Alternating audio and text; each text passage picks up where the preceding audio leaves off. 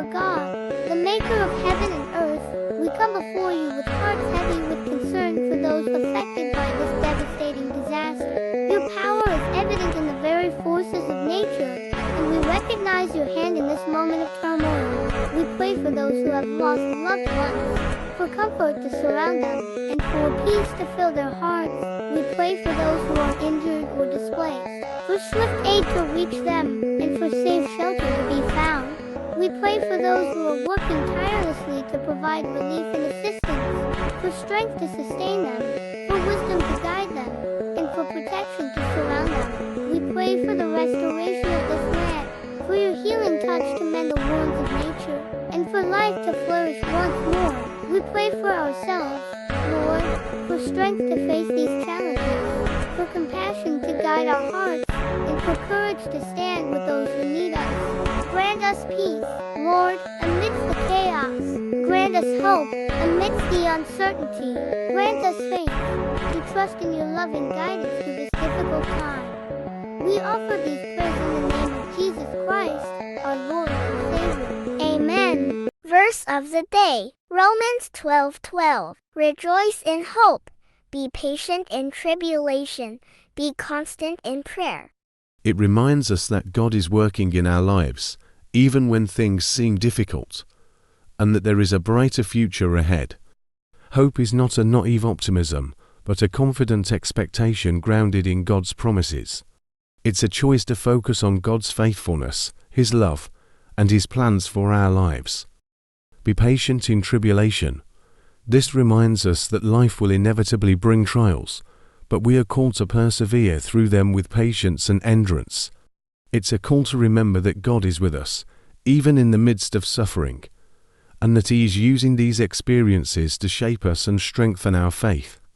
Patience is not simply waiting, but a trustful acceptance of God's timing and a willingness to allow Him to work in our circumstances.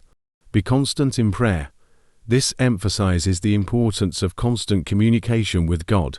Prayer is not a last resort, but a continuous dialogue, a way of expressing our needs, seeking His guidance, and deepening our relationship with Him. Constancy in prayer signifies a commitment to seeking God's will, drawing strength from His presence, and sharing our joys and sorrows with Him. It is a reminder that our faith is not a one-time event, but a lifelong journey.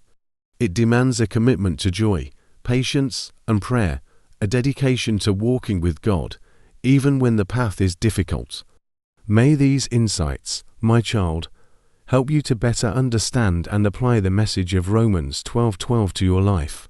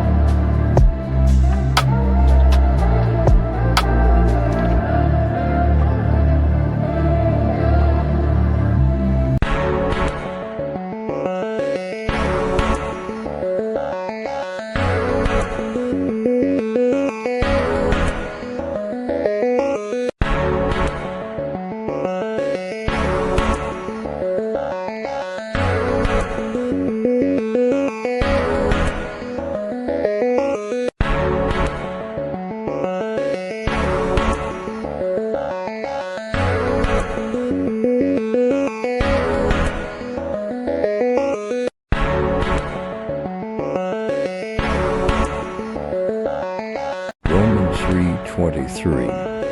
For all have sinned and fall short of the glory of God. Romans 3:24. And all justified freely by his grace through the redemption that came by Christ Jesus. Romans 6:23. For the wages of sin is death, but the gift of God is eternal life in Christ Jesus our Lord. Romans 8:2.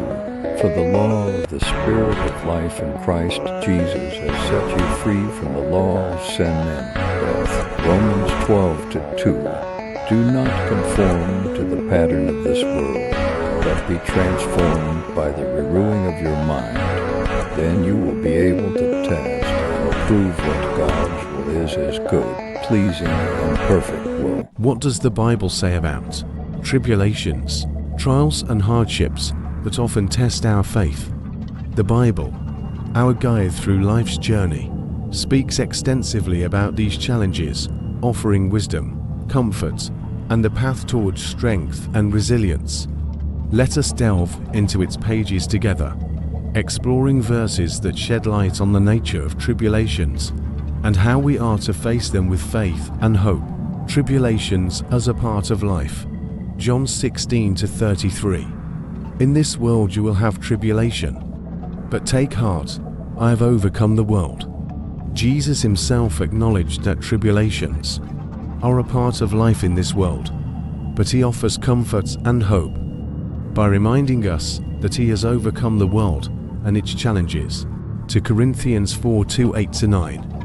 We are afflicted in every way, but not crushed, perplexed, but not driven to despair, persecuted, but not forsaken, struck down, but not destroyed.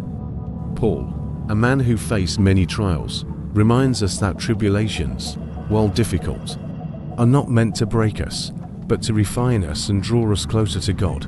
The purpose of tribulations, James 1:2-4, consider it pure joy, my brothers and sisters, whenever you face trials of many kinds, because you know that the testing of your faith develops perseverance. Perseverance must finish its work, so that you may be mature and complete, not lacking anything. James reminds us that tribulations, though painful, can refine our character, deepen our faith, and lead us to maturity. Romans 5:3-5. Not only so, but we also rejoice in our sufferings, because we know that suffering produces perseverance, perseverance character, and character hope, and hope does not disappoint us, because God has poured out his love into our hearts by the Holy Spirit, whom he has given us. Paul explains that tribulations can lead to perseverance, character, and ultimately hope, as God's love works within us. Strength in God amidst tribulation. Psalm 46:1-3. God is our refuge and strength, an ever-present help in trouble. Therefore we will not fear, though the earth give way, and the mountains fall into the heart of the sea, though its waters roar and foam and the mountains quake with their surging. This psalm reminds us that God is our constant refuge, our source of strength, and our unwavering support. Even when the world around us seems to crumble, hope in the midst of trouble.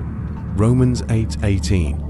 I consider that our present sufferings are not worth comparing with the glory that will be revealed in us. Double quotes. Paul reminds us that our present suffering is temporary, and that a glorious future awaits those who endure in faith. 1 Peter 5:10. And the God of all grace, who called you to his eternal glory in Christ, after you have suffered a little while, will himself restore you and make you strong, firm and steadfast. Peter assures us that God will restore and strengthen us after we have endured hardship, ultimately bringing us to a place of firmness and steadfastness. God's grace in tribulation. 2 Corinthians 12:9. But he said to me, my grace is sufficient for you, for my power is made perfect in weakness.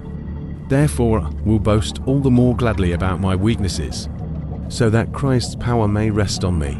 Paul, despite experiencing a thorn in the flesh, finds comfort and strength in God's grace, which is sufficient even in our weaknesses. Remember, the Bible does not shy away from the reality of tribulations, but it offers hope, strength, and guidance in facing them. These verses remind us that God is with us in the midst of difficulty, that He has a purpose for our suffering, and that He will use these challenges to refine and strengthen us. Do not despair when tribulations come your way. Instead, turn to God's Word for guidance and comfort. Seek His strength, trust in His love, and remember that, even in the darkest of times, His light shines bright, offering hope for a brighter future.